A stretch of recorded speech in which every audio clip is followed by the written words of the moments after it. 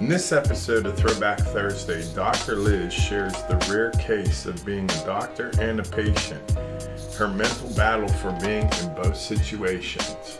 Enjoy. Now, you go through this whole period of time from 23 to age 38. And now you're officially a doctor after all of the training and schooling and everything that's going on. And you come to a fork in the road very shortly after being a doctor that you become a cancer patient yourself.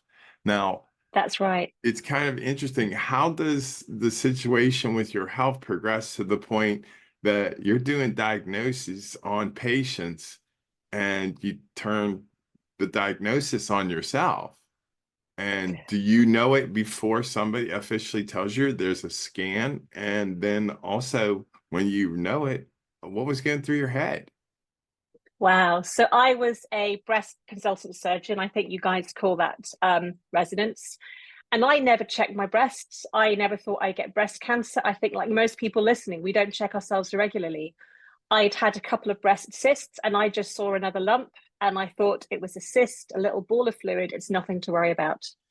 And I had a mammogram and that was normal. And then I had an ultrasound scan and I looked at the screen and I saw a cancer. And because I treat breast cancer patients, the second I saw that lump on the screen, I knew I was 40, I was young, I'd need chemotherapy, I'd need to have my breast removed. I had a good idea what my chance of being alive in 10 years was because it's my job to know all this information. And I was in this weird world of denial. This can't be happening. I am terrified. And I have no idea what it's like to be a breast cancer patient. I thought I was the expert, and I realized just how little I knew about how hard it was to go through things like chemo. This is, I mean, the whole idea of disbelief. So you knew what you had to do. Now, did you take heed and do this right away, or was this something that you were in denial with, or like, did you take immediate Oh, action? yeah. So in the UK, we're very, very lucky. Once you are diagnosed with breast cancer, we have to treat you within 4 weeks. And although I was in denial it was happening, you go through the motions. So it was really hard for my surgeon to treat me because she was a friend and a mentor, and it is very, very hard looking after colleagues. So we had to stop being friends so she could operate on me. I had 5 months of chemotherapy up front to shrink the tumor down, and that worked. And then I had a mastectomy and I had an implant reconstruction. But sadly, some of my cancer wasn't seen on the scans. And I actually had 13 centimeters of cancer left, and it had spread to 3 of my lymph nodes. So I had more radiotherapy and I had hormone blocking treatment and an instant menopause. I was made infertile. I could no longer have children. There's an awful lot that goes on with a cancer diagnosis. It's not just about a scar. Now, yours being, I mean, the transition of your mindset is very difficult to comprehend. So I want you to walk me through your thoughts. Now, you did a bit, but it's like it's kind of like the coach and the player, you know, were you Yeah. as a patient, were you a coachable, so to speak? You know, because now your trust lying in yourself is a different line of thought. You know, it's like you're trusting your education and your experience in one decision-making setup, and here, this is emotional and this is extremely personal. So, Yeah. I think doctors generally make terrible patients. We are used to being in control and making the decisions and deciding what's happening. And suddenly, I'm the one everything is happening to. I have no real control. I have to go through chemotherapy. I have to have surgery. I wanted to tell my surgeon where to put the scar and what drains to use and what stitches to use. And they found it difficult to treat me as a patient because I'm a consultant, I'm an expert. Do we need to tell you what it's like to have an operation, or do we assume you know? It's this really weird power dynamic. And I was really, really ill during chemo and I didn't ask for help because I thought I'm a doctor. I meant to know how to treat myself. I don't want to look stupid by saying, actually, I've not been to the toilet for 10 days. I've got bleeding piles. I'm in agony. Can you help? I thought, I should know how to treat this. And it's very, very hard taking on the patient role. But I think for me, it was grieving with a loss. I lost my breast, my ovaries, my sex life, my ability to flirt. I was made infertile. There was a risk I could lose my job. I didn't know who I was. I've spent 20 years training to operate, and suddenly for the next 18 months, I was just a woman going to the hospital, having stuff done to her. And I knew what would happen if the cancer came back, because I've looked after women who've died, and it was really hard to block those. Most women survive and have a good prognosis. There are those who are unlucky. I know that all I have to give them is the best of evidence-based medicine. There is nothing else. There's no supplement or infusion or light wave therapy. I'm writing a book about all the alternative therapies that don't work. We did everything we could, but science can't beat bad biology.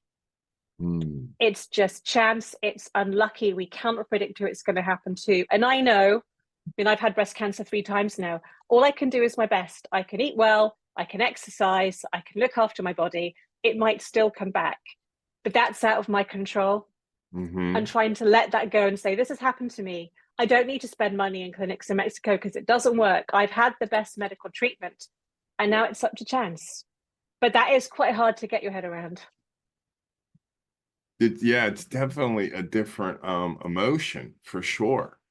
Now, what I want to ask you is how is your health now? What is your current situation?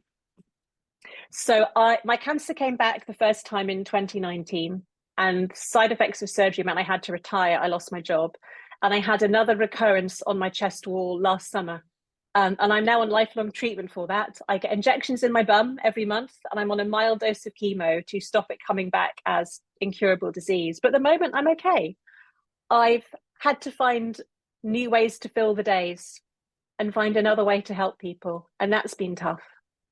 Now, you've been extremely versatile with your online presence and your message. So you're an incredible advocate for this situation and sharing both sides of it. So I guess how would you say you're different from before this to after this?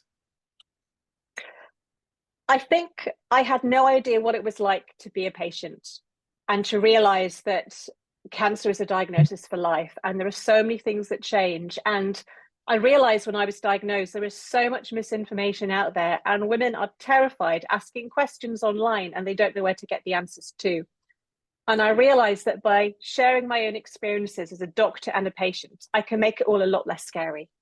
And by talking and writing and podcasting, it's another way for me to help people. And I'd actually say I'm happier after a cancer diagnosis, despite the fact that I've lost my job, I've lost my income, I don't get paid for this, I don't have a status, but I'm a more well-rounded person. I've got time. I volunteer at a hedgehog shelter. I do stuff for charity. I read. I'm a much more nurtured person, and I look after myself better. I think those are all ingredients to better health.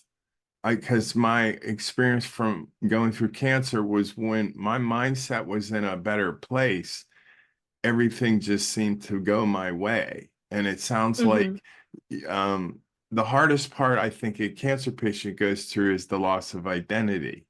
And I can't imagine what that felt like for you at 38 years of age or 40 years of age when you find out you have cancer and all of this is going to be taken away from you. The question is, it's heartbreaking. Who am I now? Yeah, That's it.